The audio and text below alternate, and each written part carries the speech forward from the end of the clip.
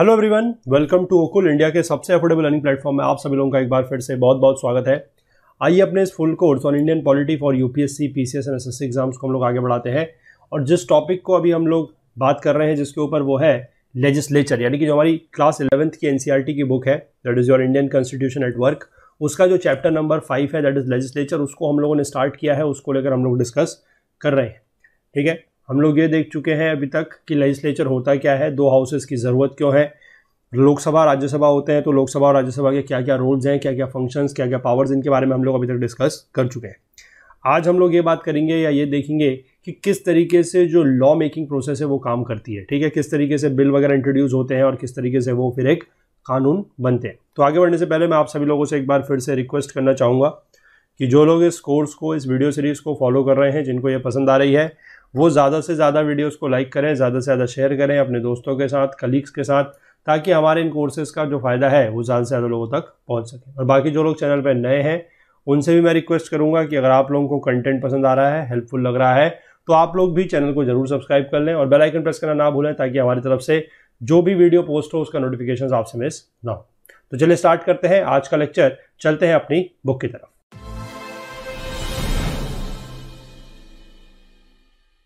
देखिए, आज हम बात करेंगे कि how does the parliament make laws, यानी कि जो संसद है वो कानून किस तरीके से बनाती है। ठीक है, हालांकि हम लोगों ने ये भी बात समझी है कि पार्लियामेंट का जो काम है वो सिर्फ और सिर्फ लेजिस्लेटिव नहीं है।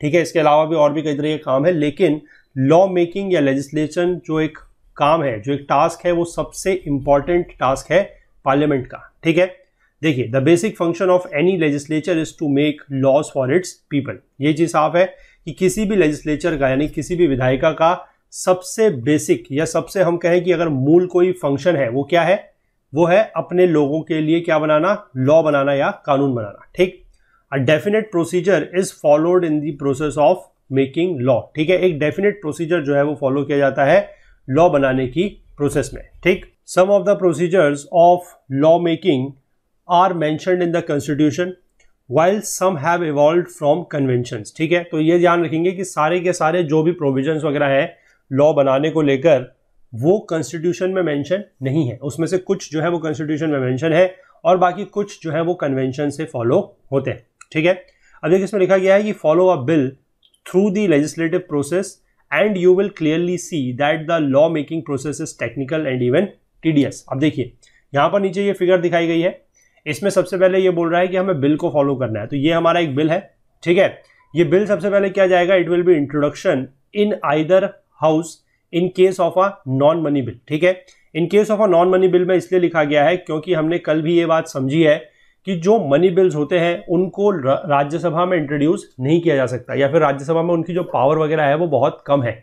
राज्यसभा क्या कर सकती है कि या तो उनको एक्सेप्ट कर सकती है, यानी कि ठीक है पास कर सकती है, और या फिर उनको सजेशन दे सकती है उनमें अमेंडमेंट्स को लेकर, उस पर कोई सजेशन, मतलब कोई चेंज भी नहीं है सच कर सकती है, सिर्फ और सिर्फ सजेशन दे सकती है। ठीक है, तो इसीलिए यहां पर लिखा गया है कि in case of non money bill, अगर नॉन मनी बिल है इसलिए उसका जो इंट्रोडक्शन है वो आइदर हाउस में, यानी कि किसी भी हाउस में किया जा सकता है। ठीक, पहली चीज ये हो गई।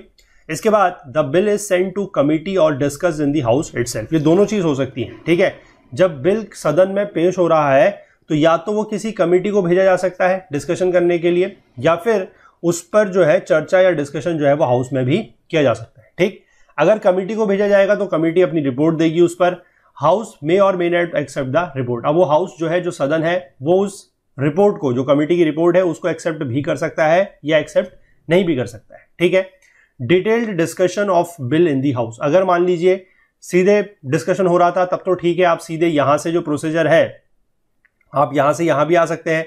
अगर कमेटी के थ्रू जाएगा तो फिर आप इस डायरेक्शन से होते आएंगे। ठीक है, यहां से ऐसे जाएगा, यहां से ऐसे, और फिर यहां से ऐसे, और उसके बाद ऐसे आएगा। अदरवाइज अगर आप डायरेक्ट जो बिल है, अगर उसमें डायरेक्ट डिस्कशन हो रहा है तो सीधे फिर आप यहां पर आ सकते हैं कि इन दी हाउस में वो बिल जो है, किसी भी हाउस में वो बिल इंट्रोड्यूस होगा और उसके बाद उस पर फिर डिटेल डिस्कशन होगा। ठीक है, अब बिल या तो दो हो सकता है, या तो वो एक्सेप्ट हो सकता है या फिर वो रिजेक्ट हो सकता है। ठीक है, अगर बिल रिजेक्ट हो जाता है तो बात फिर खत्म है। अगर बिल एक्सेप्ट होता है तो मतलब ये माना जाएगा कि वो बिल उस हाउस से क्या हो गया है, पास हो गया है। ठीक, तो फिर वो बिल भेजा जाएगा दूसरे सदन में। उसके बाद दी अदर हाउस अप्रूव्स और गिव इट्स रिकमेंडेशंस, तो या तो वो उसको एक्सेप्ट कर लेगी, अप्रूव कर देगी, या फिर वो उस पर अपनी रिकमेंडेशन वगैरह देगी। अब यहां पर दो चीजें हो सकती है। अगर मान लीजिए किसी कंडीशन में डेडलॉक बन जाता है, ठीक है, डेडलॉक वगैरह की स्थिति में क्या है कि एक joint session of the parliament होता है, ठीक है, संयुक्त बैठक जिसको बोला जाता है, ये हमारे आर्टिकल 108 में दिया गया है। इसको हम लोग बाद में जाकर डिटेल में डिस्कस करेंगे हालांकि कि जॉइंट सेटिंग वगैरह क्या होती है, ठीक है, कौन बुलाता है, कौन इसके प्रेसिडेंट होता है, ठीक है, ये सब चीजें हम समझेंगे। तो यहां पर आप समझ गए कि सीधे सीधे क्या है कि अगर मान लीजिए बिल एक्सेप्ट होता है, उसको दूसरे हाउस में भेजा जा रहा है, अगर वहां पर कोई गतिरोध पैदा होता है, अगर वो सीधे सीधे उसको अप्रूव कर देता है तब तो ठीक है, अगर नहीं करता है तो उसके बाद हो सकता है कि उसके ऊपर जॉइंट सेटिंग भी की जाए। तो हम देखेंगे कि अलग अलग तरीके के जो बिल्स होते हैं उसमें किस में जॉइंट सेटिंग हो सकती है, किस में जॉइंट सेटिंग नहीं हो सकती है, ये सारी की सारी बातें भी हम आगे आने वाले समय में देखेंगे, ठीक है। अब इन दोनों ही प्रोसेस से, यानी कि या तो दोनों हाउसेज में अलग अलग वो बिल जो है पेश हुआ है, पास हो गया है, या फिर जॉइंट सेटिंग के थ्रू भी अगर वो बिल पास हो गया है तो क्या होगा, प्रेसिडेंट अप्रूव्स और सेंड बैक्स फॉर रिकंसिडरेशन। तो यानी कि जो बिल है वो कहां चला गया है, प्रेसिडेंट के पास। अब प्रेसिडेंट अगर उसको सीधे सीधे अप्रूव कर देते हैं तो वो बिल जो है वो बन जाएगा क्या, कानून, लॉ बन जाएगा, यानी कि विधेयक जो है वो कानून बन जाएगा। अगर प्रेसिडेंट उसको वापस भेजते हैं रिकंसिडरेशन के लिए तो फिर यही पूरा का पूरा प्रोसीजर जो है वापस से चलेगा।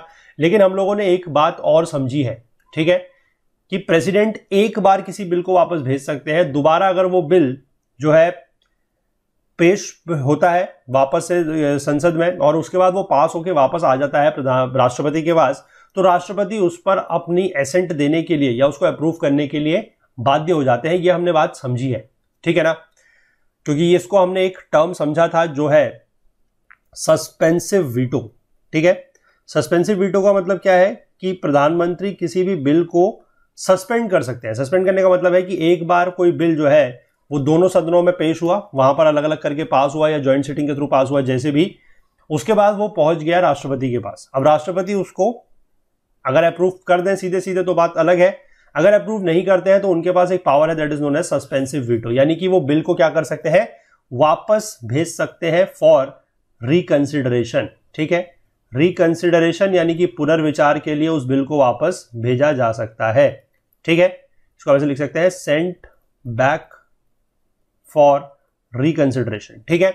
अब उस रिकंसिडर्ड जो बिल होगा, ठीक है, वो जो रिकंसिडर्ड बिल होगा यहां पर लिखेंगे हम, क्योंकि बिल अगर गया है रिकंसिडर्ड बिल, वो क्या होगा, अगर ये बिल पास हो जाता है, पास बाय लेजिस्लेचर, या फिर उसको सीधे सीधे लिख लीजिए पास बाय पार्लियामेंट, अगर ये पार्लियामेंट द्वारा पास हो जाता है और फिर से ये कहां जाएगा, प्रेसिडेंट के पास, ठीक है, तो अब यहां पर प्रेसिडेंट हैज टू अप्रूव, ठीक है। यानी कि आप यहां पर समझिए कि प्रेसिडेंट जो है इसको लेकर अब क्या हो चुके हैं, प्रेसिडेंट इज बाउंड, ठीक है, यानी कि प्रेसिडेंट क्या हो चुके हैं, बाउंड हो चुके हैं, या फिर आप इसको अगर हिंदी में कहें तो प्रेसिडेंट जो है वो बाध्य हो चुके हैं, ठीक है। और यहां पर भी एक चीज का ध्यान रखना है कि ये जो वापस से बिल पास होकर आ रहा है पार्लियामेंट से, इसके लिए कोई स्पेशल मेजोरिटी की जरूरत है सच नहीं है, ठीक है। ये सिंपल ऑर्डिनरी मेजोरिटी से भी पास अगर होके आ जाता है तब भी क्या होगा, तब भी राष्ट्रपति को उस बिल को अप्रूव करना ही होगा, राष्ट्रपति उसको लेकर बाउंड है या बाध्य है, ठीक है। ये बात हम लोग पहले पढ़ चुके हैं, इसलिए हमने बात की है कि जो सस्पेंसिव वीटो है, सस्पेंसिव वीटो को क्या किया जा सकता है, ओवरराइड किया जा सकता है बाय द ऑर्डिनरी मेजोरिटी या फिर सिंपल मेजोरिटी, ठीक है। चलिए, ये पूरा प्रोसीजर आप एक जनरल आइडिया में समझ चुके हैं। इसका थोड़ा सा हम चीजों को और यहां पर डिटेल में देख लेते हैं किस तरीके से समझाई गई है, ठीक है। चलिए देखिए, अ bill is a draft of the proposed law, यानी कि कोई एक कानून अगर बनाने के बारे में सोचा जा रहा है, अगर कोई प्रपोज्ड है कि इस तरीके कोई कानून बनाया जाएगा, तो बिल क्या है, बिल उसका ड्राफ्ट फॉर्म है, ठीक है। There can be different types of bills, अलग अलग प्रकार के बिल हो सकते हैं। When a non-minister proposes a bill, it is called a private member's bill। ये मैंने आपको कल भी बताया था कि अगर कोई ऐसा बिल जो किसी नॉन मिनिस्टर, ध्यान रखिएगा नॉन मिनिस्टर है, नॉन मेंबर तो बिल पेश ही नहीं कर सकता, क्योंकि अगर कोई किसी सदन का अगर सदस्य नहीं है तो वो बिल पेश ही नहीं कर सकता, वो तो हो ही नहीं सकता है केस, है ना। नॉन मिनिस्टर का मतलब क्या है कि जैसे हमें पता है कि जो लोकसभा है, एग्जाम्पल के तौर पर लोकसभा लेते हैं, लोकसभा के अंदर सारे के सारे क्या है, लोकसभा के सांसद है 543, उनमें से कुछ ऐसे होंगे जो मिनिस्टर होंगे। देखिए, अगर इसको बड़ा अच्छे से आपको समझना है, क्योंकि यहां पर कुछ कुछ लोगों को डाउट हो जाता है मान लीजिए लोकसभा में टोटल मेंबर्स है 543, ठीक है। इसमें से एक रूलिंग पार्टी होगी यानी कि जिसके पास मेजोरिटी है, ठीक है। सपोज कर लीजिए रूलिंग पार्टी यानी कि जिसके पास क्या है, मेजोरिटी है, बहुमत है। मान लीजिए उसके पास है 300 सीट, ठीक है। अब इस 300 सीट में से हमें पता है कि जो काउंसिल ऑफ मिनिस्टर्स हो सकता है वो 543 का मैक्सिमम कितना हो सकता है, 15% इज मैक्सिमम, ठीक है।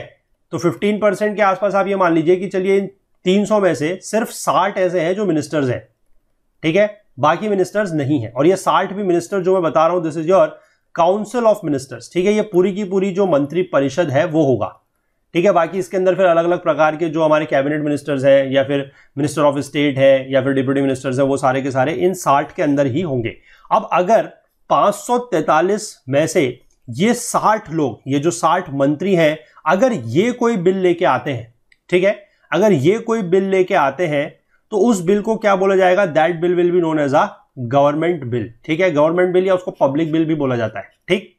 और बाकी इन 543 में से अगर आप ये 60 लोग हटा दीजिए, ठीक है, 543 में से आप 60 लोग हटाएंगे तो कितना हो जाएगा, इट विल बी 483, ठीक है। तो ये जो 483 मेंबर्स हैं, क्योंकि ये भी लोकसभा के मेंबर्स तो हैं, अगर ये 483 मेंबर्स कोई भी अगर बिल इंट्रोड्यूस करते हैं या कोई भी बिल अगर प्रपोज करते हैं, प्रपोजेस बिल, तो इस प्रकार के बिल को बोला जाएगा प्राइवेट मेंबर बिल, ठीक है। ये आपको समझना है कि प्राइवेट मेंबर बिल क्या होता है और पब्लिक बिल या गवर्नमेंट बिल क्या होता है, ठीक है। अगर ये 60 लोग जो भी बिल प्रपोज करेंगे, पेश करेंगे, वो होगा गवर्नमेंट बिल। और इन 60 के अलावा बाकी जितने भी सदस्य हैं, ठीक है, वो अगर कोई भी बिल पेश करेंगे तो that is known as a private member bill. अब यहां पर आपको एक चीज इंपॉर्टेंट और ध्यान रखनी है कि लोकसभा में जरूरी नहीं है कि सिर्फ और सिर्फ जो ये 300 लोग हैं यानी कि जो रूलिंग पार्टी के मेंबर्स हैं सिर्फ वो ही बिल इंट्रोड्यूस कर सकते हैं, ऐसा जरूरी नहीं है, ठीक है। कोई भी जो भी लोकसभा का सांसद है वो बिल पेश कर सकता है। लेकिन अब ऑब्वियस सी बात है कि बिल पास कैसे होगा, बिल पास तब होगा जब उसके ऊपर वोटिंग होगी, ठीक है। और वोटिंग के केस में अगर आपको पता है, मान लीजिए जैसे अब ये 300 सीट मैंने आपको दिखाई रूलिंग पार्टी की, ठीक है। अब बाकी बची जो 243 सीट है उनमें से मान लीजिए 5 पार्टीज के मेंबर जो है वो इसमें है, ठीक है, जिसमें से मान लीजिए कोई एक सबसे बड़ी पार्टी है, उसके कितने मेंबर हैं, मान लीजिए 60, ठीक। अब इन 60 मेंबर्स में से, चलिए 60 नहीं लिखते हैं, 60 ऊपर से कंफ्यूज हो जाएंगे आप, मान लीजिए 70 मेंबर है, किसमें से, इन 5 पार्टियों में से किसी एक पार्टी के कितने मेंबर हैं, 70, ठीक है। उन 70 में से कोई एक मेंबर क्या कर रहा है, उन 70 में से कोई एक मेंबर एक बिल इंट्रोड्यूस कर रहा है, ठीक है, एक बिल पेश करता है। उस बिल को क्या बोला जाएगा, पहली बात तो that will be a private bill, ठीक है। अब ये बिल जब पेश होगा तो आपको क्या लगता है कि क्या ये बिल जो है वो पास हो सकता है, इस सदस्य के पार्टी के सिर्फ 70 लोग हैं, तो चलिए इन 70 का तो मान लीजिए सपोर्ट उसको मिल जाएगा, मान लीजिए ज्यादा से ज्यादा इन 5 पार्टियों का भी सपोर्ट मिल जाएगा, क्योंकि ये सबके सब क्या हो गए, विपक्ष हो गए, ठीक है, एक तरीके से ये अपोजिशन हो गया। तो यहां से मान लीजिए कि इन 243 का भी उसको समर्थन मिल जाएगा। लेकिन क्या ये बाकी जो 300 सदस्य हैं जो एक तरीके से कहेंगे कि हम रूलिंग पार्टी हैं या फिर इन लोगों के अपोजिशन है, ठीक है, क्योंकि अब ये जो 243 है ये अगर अपोजिशन है तो ये 300 फिर इनके अपोजिशन हो गए, है ना। तो फिर क्या ये 300 लोगों का सपोर्ट इस बिल को मिल पाएगा, तो ये बहुत ही रेयर केस है कि कोई भी प्राइवेट मेंबर बिल जो है वो पास हो जाए, ठीक है। हालांकि कुछ बिल ऐसे हैं, काफी गिने चुने ही बिल ऐसे हैं प्राइवेट मेंबर्स के जो आज तक पेश हुए हैं और पास भी हुए हैं, ठीक है। कौन कौन से हैं वो मैं आपको आगे बताऊंगा। फिलहाल आप लोग यहां पर आई थिंक ये कंसेप्ट जो है कि गवर्नमेंट बिल क्या होता है और प्राइवेट मेंबर बिल क्या होता है और प्राइवेट मेंबर बिल का पास होना क्यों बेहद मुश्किल है, ये मैंने आपको यहां पर समझा दिया, ठीक है। चलिए, तो ये आप समझ गए प्राइवेट मेंबर बिल क्या है। यहां पर ऊपर यही चीज दी गई है अगला कि a bill proposed by a minister is described as government bill. तो मैंने आपको बता दिया अगर ये 60 मंत्री है, ध्यान रखना है 60 मंत्री है, अगर ये कोई बिल पेश करते हैं, इनमें से कोई भी अगर मंत्री कोई बिल पेश करता है तो उसको बोला जाएगा गवर्नमेंट बिल, ठीक है। अब यहां पर देखिए आपको लिखा गया है टाइप्स ऑफ बिल, 2 प्रकार के हैं, गवर्नमेंट बिल और प्राइवेट मेंबर बिल। उसके बाद ये बिल जो है नॉन मनी बिल्स भी हो सकते हैं या फिर मनी बिल भी हो सकते हैं। नॉन मनी बिल आपके ऑर्डिनरी बिल हो सकते हैं या फिर कॉन्स्टिट्यूशन अमेंडमेंट यानी कि संविधान संशोधन विधेयक भी हो सकता है, ठीक है। मनी बिल को जनरली जो नॉन मनी बिल है वो जनरली अगर हम बात करेंगे तो फाइनेंशियल बिल्स होते हैं, ठीक है। और फाइनेंशियल बिल्स के अंदर जो हमारा मनी बिल होता है और बाकी दो प्रकार के फाइनेंशियल बिल्स और होते हैं, ठीक है। इसको डिटेल में हम लोग डिस्कस करेंगे कि कौन सा आर्टिकल वगैरह जो है वो इससे डील करता है, ठीक है। अब यहां पर देखते हैं और क्या चीज लिखी गई है। देखिए, even before a bill is introduced in the parliament there may be a lot of debate on the need for introducing such a bill। तो ऑब्वियस सी बात है कि बिल के पेश होने से पहले भी इस तरीके के बहुत सारे डिबेट्स वगैरह हो सकते हैं कि इस प्रकार के बिल की जरूरत क्यों है, इस प्रकार के बिल को इंट्रोड्यूस करने की जरूरत क्यों है। एक political party may pressurize the government to initiate a bill in order to fulfil its election promises और to improve its chances of winning forthcoming elections, ठीक है। कोई भी पॉलिटिकल पार्टी ये हो सकती है कि वो सरकार के ऊपर दबाव बना सकती है, प्रेशर बना सकती है, क्या करने के लिए, किसी भी इस तरीके के बिल को इनिशिएट करने के लिए। क्यों? मान लीजिए जो पार्टी है, यानी कि जो आज की डेट में गवर्नमेंट है, उस पार्टी ने मान लीजिए अपने इलेक्शन प्रॉमिस जो है, ठीक है, मतलब जो इलेक्शन का मैनिफेस्टो होता है, जो घोषणा पत्र होता है, मान लीजिए उसमें उसने कोई वादे किया है, ठीक है। अब वो पार्टी जीत जाती है, ठीक है, तो जो विपक्ष होगा वो उस पर क्या करेगा, वो सरकार के ऊपर दबाव बनाएगा कि आपने इस तरीके की बातें अपने घोषणा पत्र में कही थी, ठीक है, जनता के सामने जाके, अब आप जीत गए हैं तो अब आपको इस पे ऊपर बिल लाना चाहिए, तो उसके ऊपर प्रेशराइज किया जा सकता है, ठीक है। और या फिर इस तरीके का कोई भी जो बिल है वो इसलिए भी इंट्रोड्यूस किया जा सकता है कि to improve its chances of winning the forthcoming elections, ठीक है। Interest groups, media, citizens forums may also persuade the government for a particular legislation, ठीक है। इस तरीके के जो इंटरेस्ट ग्रुप्स वगैरह है, मीडिया है, सिटीजन्स फोरम्स वगैरह है, वो भी सरकार को बोल सकते हैं, मतलब सरकार को इस तरीके की बातें बताई जा सकती हैं कि इस तरह का कोई पर्टिकुलर लेजिस्लेशन या कानून लाने की जरूरत है तो इसको लेकर बिल बनाया जाए। लॉ मेकिंग इज दस not merely a legal procedure but also a political course of action, ठीक है। लॉ मेकिंग जो है वो एक लीगल प्रोसीजर तो है ही है, लेकिन साथ में एक पॉलिटिकल कोर्स ऑफ एक्शन भी है। यानी कि आप यहां पर जो मैंने आपको दो पॉइंट ये बताए कि पॉलिटिकल पार्टी जो है, या फिर स्पेसिफिकली अगर हम बात करें जो विपक्ष है, अपोजिशन है, वो इस तरीके के इलेक्शन प्रोमिसेस को पूरा करवाने के लिए, ठीक है, सरकार के ऊपर दबाव बनाया जा सकता है कि आप लोगों ने जो भी अपने चुनावी वायदे किए थे या जो भी आपने अपने घोषणा पत्र में लिखा था उसको लेकर आप बिल या कानून बनाइए, ठीक है। बिल लेके आइए, फिर उसके ऊपर डिस्कशन वगैरह होगा और फिर उसको कानून बनाया जाएगा, तो ये बात है। और दूसरी चीज क्या है कि जो और तरीके के, जैसे अब हमें पता है कि लेजिस्लेचर की अगर हम बात करें तो सबसे बड़ा जो लेजिस्लेचर का एक कैरेक्टरिस्टिक है वो क्या है, रिप्रेजेंटेशन, ठीक है। रिप्रेजेंटेशन किसका, लोगों का, आम जनता का, आपका, हमारा, ठीक है ना। तो अगर कोई सरकार रिप्रेजेंटेटिव गवर्नमेंट है, ऑब्वियसली बात है, democracy is a representative government, तो अगर रिप्रेजेंटेटिव गवर्नमेंट है तो वहां पर लोगों को पास ये पूरा का पूरा अधिकार है कि वो सरकार को इस बात को लेकर बोल सकें कि उनको कौन सा बिल वगैरह लाना है, कौन सा कानून वगैरह लाना है, ठीक है। तो इस चीजों को लेकर भी यहां पर बात कही जा सकती है। इसीलिए बोला गया है कि लॉ मेकिंग जो है वो एक लीगल प्रोसीजर नहीं है, सिर्फ और सिर्फ लीगल प्रोसीजर नहीं है, बल्कि एक पॉलिटिकल कोर्स ऑफ एक्शन भी है, ठीक है।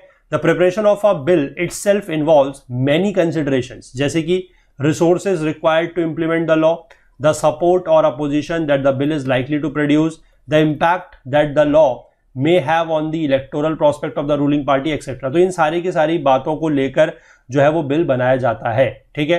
क्या क्या बातों को लेकर ये कंसिडर किया जाता है कि इस कानून को लागू करने के लिए, इंप्लीमेंट करने के लिए किन किन संसाधनों की, रिसोर्सेज की जरूरत पड़ेगी।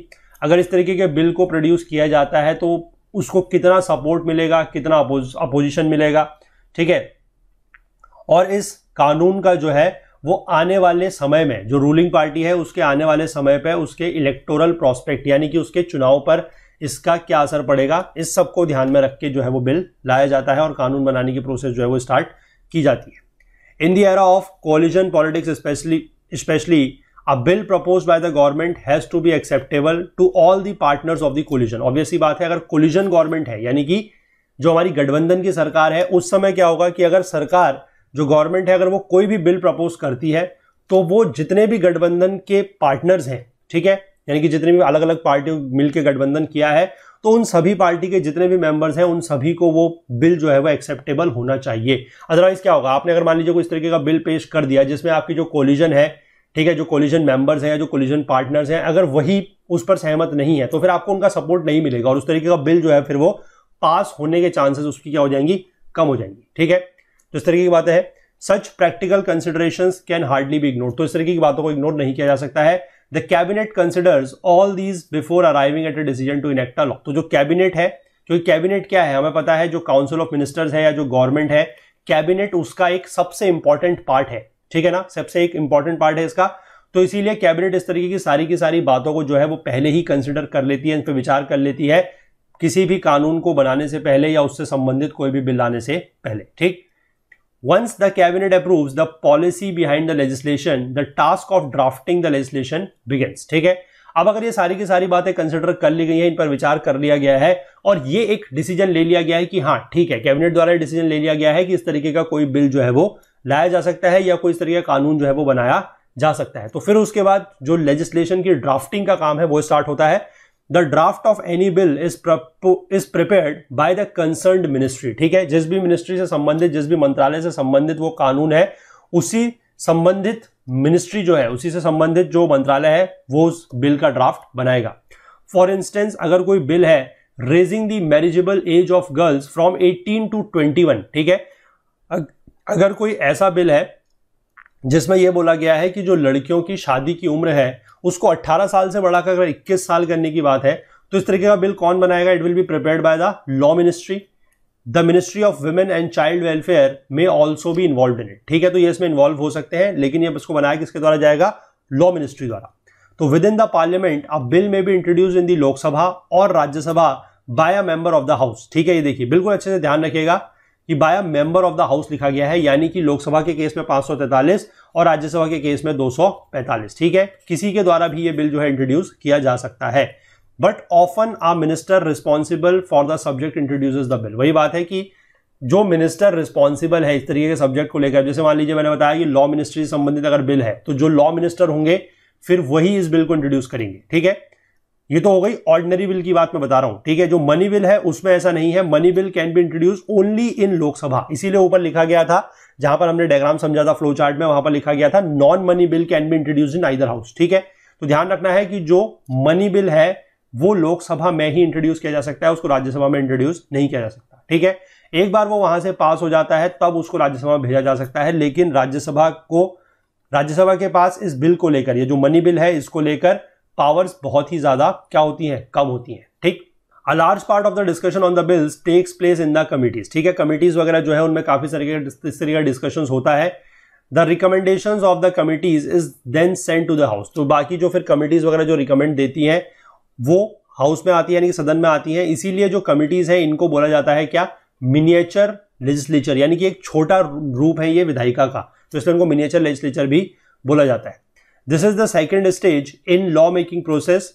In the third and final stage, the bill is voted upon. अब क्या होगा कि मान लीजिए सबसे पहली बात कि कोई बिल पेश हुआ, फिर वो अगर कमिटीज के पास जाता है, कमिटीज उस पर अपनी रिकमेंडेशन देती हैं, फिर वो बिल सदन में आता है, उस पर पूरा चर्चा होती है, डिस्कशन होता है, और तीसरा स्टेप ये है कि उस बिल के ऊपर अब वोटिंग होगी, यानी क्योंकि वो बिल पास भी तो करवाना है, और पास कैसे होगा? वोटिंग के थ्रू, ठीक है। तो वोटिंग उस पर हो रही है। If a non money bill is pass by one house, non money bill अगर किसी भी एक हाउस द्वारा पास होता है तो उसको दूसरे हाउस में भेजा जाएगा, where it goes through exactly the same procedure. तो वहां पर भी फिर ये पूरा का पूरा प्रोसीजर होगा, ठीक है। और यहां पर लिखा गया है अदर हाउस, तो आप यहां पर बात अच्छे से समझ सकते हैं कि जो नॉन मनी बिल है, ठीक है, ऐसा बिल जो पैसे से संबंधित नहीं है, क्योंकि कॉन्स्टिट्यूशन अमेंडमेंट बिल भी जो है वो भी राज्यसभा में इंट्रोड्यूस किया जा सकता है। हम लोगों ने पहले भी बात की है कि जो संविधान संशोधन विधेयक है वो भी दोनों में से किसी भी सदन में उसको पेश किया जा सकता है, ठीक है। सिर्फ और सिर्फ मनी बिल को लेकर ये चीज है कि मनी बिल राज्यसभा में पेश नहीं हो सकता, ठीक है। तो इसीलिए यहां पर लिखा गया है कि कोई भी नॉन मनी बिल अगर जो है वो किसी भी एक सदन के में जब उस पर वोटिंग होती है और वो पास हो जाता है तो उसके बाद फिर वो दूसरे सदन में भेजा जाएगा और वहां पर भी ये पूरा का पूरा प्रोसीजर जो है इसी तरीके से चलेगा, ठीक है। As you know a bill has to be passed by both the houses for enactment, ठीक है। जो बिल है, जो विधेयक है, उसको दोनों सदनों से पास होना जरूरी है। If there is disagreement between the two houses on the proposed bill, attempt is made to resolve it through the joint session of parliament, ठीक है। कि अगर कोई डिसएग्रीमेंट वगैरह होता है दोनों सदनों के बीच में किसी भी बिल को लेकर, तो उसको रिजॉल्व करने के लिए एक जॉइंट सेशन जो है वो बुलाया जाता है। In the few instances when joint sessions of the parliament were called to resolve a deadlock, the decision has always gone in favor of the लोक सभा। अब ये आप इसका मुझे जवाब आप बताएंगे कि जब दोनों सदनों की जॉइंट सीटिंग हो रही है तो जनरली जो मतलब डिसीजंस गए हैं, जो फैसले गए हैं वो लोकसभा के फेवर में गए हैं। वो क्यों गए हैं, इसके पीछे क्या कारण है, ये आप मुझे नीचे कमेंट सेक्शन में बताएंगे। बहुत ही आसान है, ठीक है, अगर आप थोड़ा सा भी इस पर मतलब जोर देंगे तो आपको बिल्कुल अच्छे से जल्दी से समझ में आ जाएगा। लेकिन आप इसका सवाल का जवाब जो है मुझे नीचे कमेंट सेक्शन में बताएंगे कि in the case of joint sitting generally ऐसा हुआ है, ठीक है, कि जो फैसले हैं वो किसके फेवर में गए हैं, लोकसभा के फेवर में गए हैं। ठीक है, चलिए, तो ये बात हो गई हमारी जो नॉन मनी बिल है उसको लेकर। अगर कोई मनी बिल है, if it is a money bill, the Rajya Sabha can either approve the bill और suggest changes but can not reject it. ठीक है, पहली बात तो ये हो गई कि राज्यसभा सिर्फ और सिर्फ क्या कर सकते हैं, बिल को अप्रूव कर सकते हैं या फिर उसमें चेंजेस भी नहीं कर सकते, सिर्फ चेंजेस को सजेस्ट कर सकते हैं। ठीक है, और उन सजेस्टेड चेंजेस को इंप्लीमेंट करना, यानी कि इस तरीके के जो सुझाव वगैरह दिए गए हैं चेंजेस को लेकर, वो करना या नहीं करना उनको इंप्लीमेंट, ये लोकसभा के ऊपर डिसाइड करेगा। ठीक है, लेकिन राज्यसभा किसी भी तरीके से उस मनी बिल को जो है रिजेक्ट नहीं कर सकती। ठीक, अगर वो 14 दिन के अंदर अंदर उस पर कोई फैसला नहीं लेती है तो यह मान लिया जाता है कि इस तरीके का जो मनी बिल है वो राज्यसभा द्वारा पेश किया जा सकता है। ठीक है, amendments to the bill suggested by the Rajya Sabha may और may not be accepted by the Lok Sabha. वही मैंने आपको बताया कि मनी बिल में अगर जो भी अमेंडमेंट्स या जो भी चेंजेस अगर सजेस्ट किए गए हैं राज्यसभा द्वारा तो लोकसभा उनको मानने के लिए बाध्य नहीं है। ठीक है, देखिए यहां पर यह चीज एक यहां पर दिया गया है आर्टिकल 109 में, special procedure in respect of money bills. क्या लिखा गया है, अ money bill shall not be introduced in the council of states. Council of states मतलब राज्यसभा की कोई भी मनी बिल जो है, यानी कि जो धन विधेयक है, वो राज्यसभा में पेश नहीं हो सकता। ठीक, इस बात को लेकर आप ध्यान रखिएगा। When a bill is pass bye both the houses, अब जो बिल है वो जब दोनों सदनों द्वारा पास हो गया है तो वो राष्ट्रपति के पास जाएगा for his assent. The assent of president results in the enactment of a bill into a law. और राष्ट्रपति उस पर अपनी असेंट, अपनी सहमति दे देंगे तो वो जो बिल है, जो विधेयक है, वो क्या बन जाएगा, वो लॉ बन जाएगा, वो कानून बन जाएगा। ठीक है, तो यहां पर आप लोगों के लिए एक सवाल और है जो मैं आप लोगों को बताना चाहता हूं, मतलब सवाल नहीं है, एक इंफॉर्मेशन है कि अगर हम बात करें कि इंडियन पार्लियामेंट की पार्लियामेंट क्या है, ठीक है, तो इसको बहुत अच्छे से आप लोग ध्यान रखेंगे कि parliament is Lok Sabha plus Rajya Sabha plus president. ठीक है, ये जो प्लस प्रेसिडेंट वाला पॉइंट है इसको आप लोगों को बिल्कुल अच्छे से ध्यान रखना है, इसको भूलना नहीं है। ठीक है, क्योंकि जनरली क्या होता है, इस तरह की बातें कोई आपको बताता नहीं है या कहीं पर ऐसा लिखी नहीं जाती है और हमें लगता है कि संसद का मतलब क्या है, सिर्फ लोकसभा और राज्यसभा। ठीक है, तो ध्यान रखेंगे, बिल्कुल अच्छे से इसको स्टार मार्क कर लीजिएगा। प्रेसिडेंट भी जो है वो लोकसभा और राज्यसभा के साथ पार्लियामेंट का हिस्सा है। अगर राष्ट्रपति अपनी एसेंट ना दे तो भले ही कोई भी बिल लोकसभा और राज्यसभा द्वारा पेश किया गया हो, पास हो गया हो, वो कानून नहीं बन सकता। ठीक है, तो इसलिए ध्यान रखेंगे कि parliament is Lok Sabha plus Rajya Sabha plus president. इस तरीके का एक सवाल जो है ये बहुत ही कॉमन सवाल है, कई बार ये कई तरीकों के एग्जाम्स में पूछा जा चुका है कि पार्लियामेंट क्या है। ठीक है, सिर्फ लोकसभा प्लस राज्यसभा या फिर Lok Sabha plus Rajya Sabha plus president, तो इसको आप ध्यान रखेंगे। ठीक है, चलिए, तो आज इसको इतना ही रखते हैं। यहां पर हमने पूरी की पूरा डिटेल में डिस्कशन करके ये समझ लिया कि किस तरीके से जो बिल्स वगैरह है वो पास किए जाते हैं। ठीक है, अब इस चैप्टर में हमें लगभग एक दो पॉइंट्स के बारे में, एक दो टॉपिक्स के बारे में और बात करनी है कि किस तरीके से जो लेजिस्लेचर है वो एग्जीक्यूटिव के ऊपर कंट्रोल रखते हैं, क्योंकि हमें पता है कि executive is the responsible to the legislature और लेजिस्लेचर एक तरीके से आप कह सकते हैं कि एग्जीक्यूटिव के ऊपर कंट्रोल रखते हैं। तो उसमें क्या क्या इंस्ट्रूमेंट्स हैं जिनके थ्रू लेजिस्लेचर इस तरह का कंट्रोल वगैरह एस्टैब्लिश करते हैं, वो हमने बात करनी है। और किस तरीके से जो लेजिस्लेचर है वो खुद को रेगुलेट करता है, रेगुलेट इटसेल्फ, उसके बारे में थोड़ा सा बात करनी है। तो मोस्ट प्रोबेबली 2 लेक्चर्स और लगेंगे हमें इस लेक्चर को, इस टॉपिक को जो है कवर करने में। ठीक है, लेकिन हम लोग बड़े आराम से चीजों को कर रहे हैं एंड आई होप कि जितनी भी बातें आपको यहां पर बताई जा रही हैं वो आप सब नोट डाउन कर रहे हैं और आपको जो चीजें हैं वो बिल्कुल अच्छे से क्लियर हो रही हैं, कहीं पर भी कोई डाउट नहीं है। ठीक है, अगर कहीं पर भी कोई डाउट होता है तो वो आप हमसे जरूर पूछेगा, लेकिन जो भी सवाल वगैरह आपको यहां पर पूछे जा रहे हैं उनका जवाब भी आप लोग जरूर दीजिएगा, ताकि साथ साथ आप लोग जो है वो चीजों को अच्छे से सीख भी सके और साथ साथ उसके बाद फिर चीजों को वापस से रिवाइज भी कर सके। ठीक है, तो अगले लेक्चर में हम लोग इस चैप्टर को आगे बढ़ाएंगे। ठीक है, चलिए, तो कंटेंट रिलेटेड अगर आपको कोई भी डाउट होता है तो आप हमारा टेलीग्राम का जो ग्रुप है दैट इज ओकुल जीएस यूपीएससी डिस्कशन फोरम, इसको ज्वाइन कर सकते हैं। इसका लिंक आपको नीचे डिस्क्रिप्शन बॉक्स में मिल जाएगा या फिर आप इसको टेलीग्राम में सर्च करके भी ज्वाइन कर सकते हैं। इस पूरी के पूरी वीडियो सीरीज का जो फुल कोर्स है वो हमारी वेबसाइट पर अवेलेबल है, वहां पर आपको सारे के सारे वीडियोस मिल जाएंगे, प्लस आप लोग वहां पर नोट्स भी आपको मिल जाएंगे चैप्टर वाइज और क्विजेस भी आप लोगों के लिए वहां पर बहुत जल्द अपडेट कर दिए जाएंगे, ताकि वीडियोस के थ्रू आप लोग पढ़ सकें, कंसेप्ट सीख सकें, नोट्स के थ्रू क्विकली रिवाइज कर सकें और क्विजेस के थ्रू आप लोग अपनी प्रिपरेशन, अपनी तैयारी को एसेस कर सकें।